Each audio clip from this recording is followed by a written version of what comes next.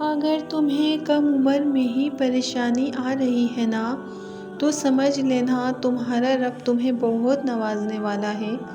وہ رب نہ چاہے نا تو تم چاہ بھی نہیں سکتے۔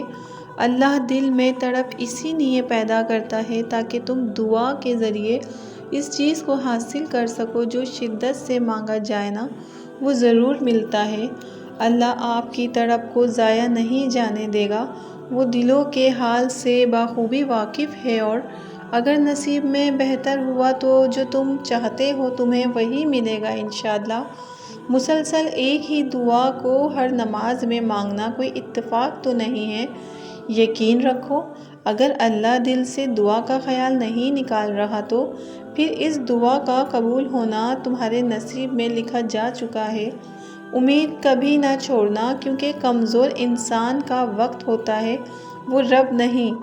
یہ جتنی آزمائشیں آئی ہوئی ہیں نا تم پہ، ان میں اللہ کی مصلحت بھی ہے جو ابھی تو نظر نہیں آئیں گی تمہیں، مگر یقین کرو اس کا انعام تمہیں بہت بہترین بن کے ملنے والا ہے۔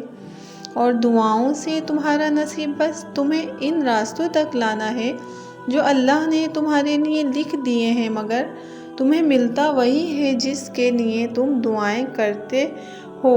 ممکن ہے جس گھڑی تم اللہ سے مانگ رہے ہو نا وہی قبولیت کی عطا کی گھڑی ہو، تو کبھی ہمت نہ ہارنا اور اسی توکل سے تم اپنے رب سے مانگو، دیکھنا وہ بند دروازوں سے تم تک معجزات پہنچائے گا انشاءاللہ۔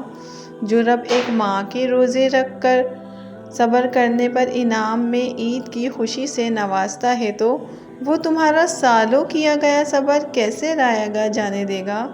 اپنی قسمت کو اللہ پر چھوڑ دو، اس لیے نہیں کہ اللہ بہتر کرے گا بلکہ اس لیے کہ اللہ سے بہتر اور کوئی کر ہی نہیں سکتا۔